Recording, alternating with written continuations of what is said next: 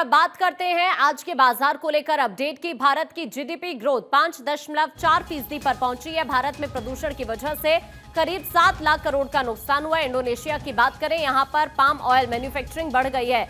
तो आज का बाजार का अपडेट हम आप तक मार्केट मंत्रा में पहुंचा रहे हैं। सबसे पहले अगर भारत की हम बात करें तो यहां पर जो जीडीपी ग्रोथ है 5.4% पर पहुंच गई है। प्रदूषण की वजह से करीब 7.5 लाख करोड़ के नुकसान का यहां पर अनुमान जाहिर किया जा रहा है। इंडोनेशिया की अगर बात की जाए तो यहां पर पाम ऑयल मैन्युफैक्चरिंग बढ़ गई है। तो इस तरह से आज ये अपडेट मार्केट को लेकर आकाश जिंदल जी इस वक्त हमारे साथ जुड़ गए हैं। मार्केट एक्सपर्ट हैं आप। आकाश जी, आज किस तरह से आप देख रहे हैं बाजार के हाल को? देखिए, हिंदुस्तान की इकोनॉमी को देखा जाए तो हिंदुस्तान की इकोनॉमी 5.4%, आपने बिल्कुल सही बताया, जुलाई टू सितंबर क्वार्टर में डिक्लाइन हुआ है, जीडीपी ग्रोथ कम हुई है। बट वही बता दूं, अक्टूबर टू दिसंबर क्वार्टर, जिस क्वार्टर में अभी हम हैं, दोबारा रिवाइवल आया है, क्योंकि अक्टूबर के लास्ट वीक में वो प्री दिवाली वीक था, बम्पर शॉपिंग हुई है। दिवाली की pre Diwali shopping, bumper shopping हुई है। और नवंबर में रिकॉर्ड बनने वाला है इस बार मैरिज एक्सपेंडिचर और मैरिज परचेजेस का। तो अक्टूबर की जीडीपी ग्रोथ अच्छी आएगी। नवंबर की आती तो मतलब जो कैलकुलेट होती है वो तो पूरे क्वार्टर की होती है। नवंबर मंथ का जो जीडीपी ग्रोथ है वो काफी अच्छा आने की संभावना है, क्योंकि मैरिजेस पे इस बार रिकॉर्ड एक्सपेंडिचर हुआ है, रिकॉर्ड बाइंग, कंजम्पशन और सेलिब्रेशन पे खर्चा हुआ है।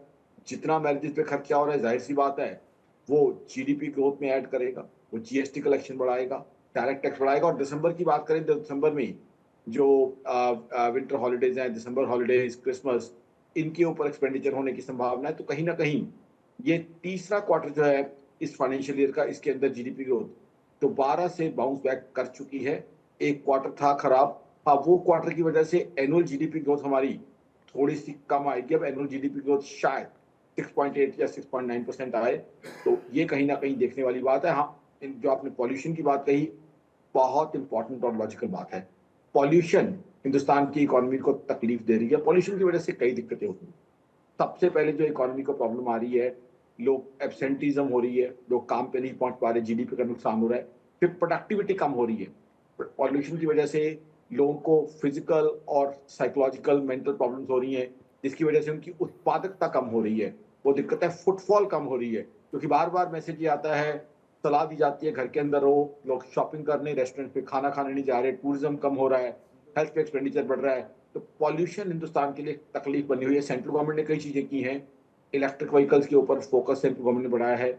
रिन्यूएबल एनर्जी के ऊपर सेंट्रल गवर्नमेंट का फोकस है। उसके अलावा चूल्हों की जगह आज की तारीख में एलपीजी की इस्तेमाल ज्यादा से ज्यादा किया जा रहा है। बट अभी भी एक कड़वी सच्चाई है, हम दिल्ली शहर में रहने वाले लोग तो और ज्यादा अच्छे से जानते हैं कि पॉल्यूशन सेहत के साथ साथ इकोनॉमी के लिए भी दिक्कत बनी हुई है।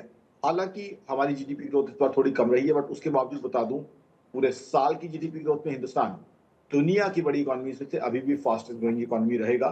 चाहे अमेरिका हो, चाहे चाइना हो, चाहे जापान हो, जर्मनी हो, चारों इकोनॉमी जो हमसे बड़ी हैं उनसे कहीं ज्यादा तेज हमारी जीडीपी ग्रोथ रहने की संभावना है, क्योंकि अक्टूबर नवंबर में क्लियरली हमारे यहाँ बाउंस बैक रिफ्लेक्ट कर रहा है। साथ ही साथ लग्जरी होम्स की डिमांड आ रही है। लग्जरी होम्स की डिमांड भी जो है काफी एम्प्लॉयमेंट जनरेट करती है, काफी ग्रोथ लाती है। क्योंकि अगर जुलाई टू सितंबर हम देखें, एक हमारे साथ ये तकलीफ भी हुई थी कि मॉनसून थोड़ा डील एक्सटेंड हो गया था, तो वो पीरियड में थोड़ा सा जो है ये नेचर की वजह से भी दिक्कतें आई हैं। But otherwise India is going very well. जी आकाश जी, बहुत शुक्रिया आपका हमारे से जुड़ने के लिए और ये जानकारी साझा करने के लिए। तो आज बाजार किस तरह से रह सकता है ये हम अभी जान रहे थे।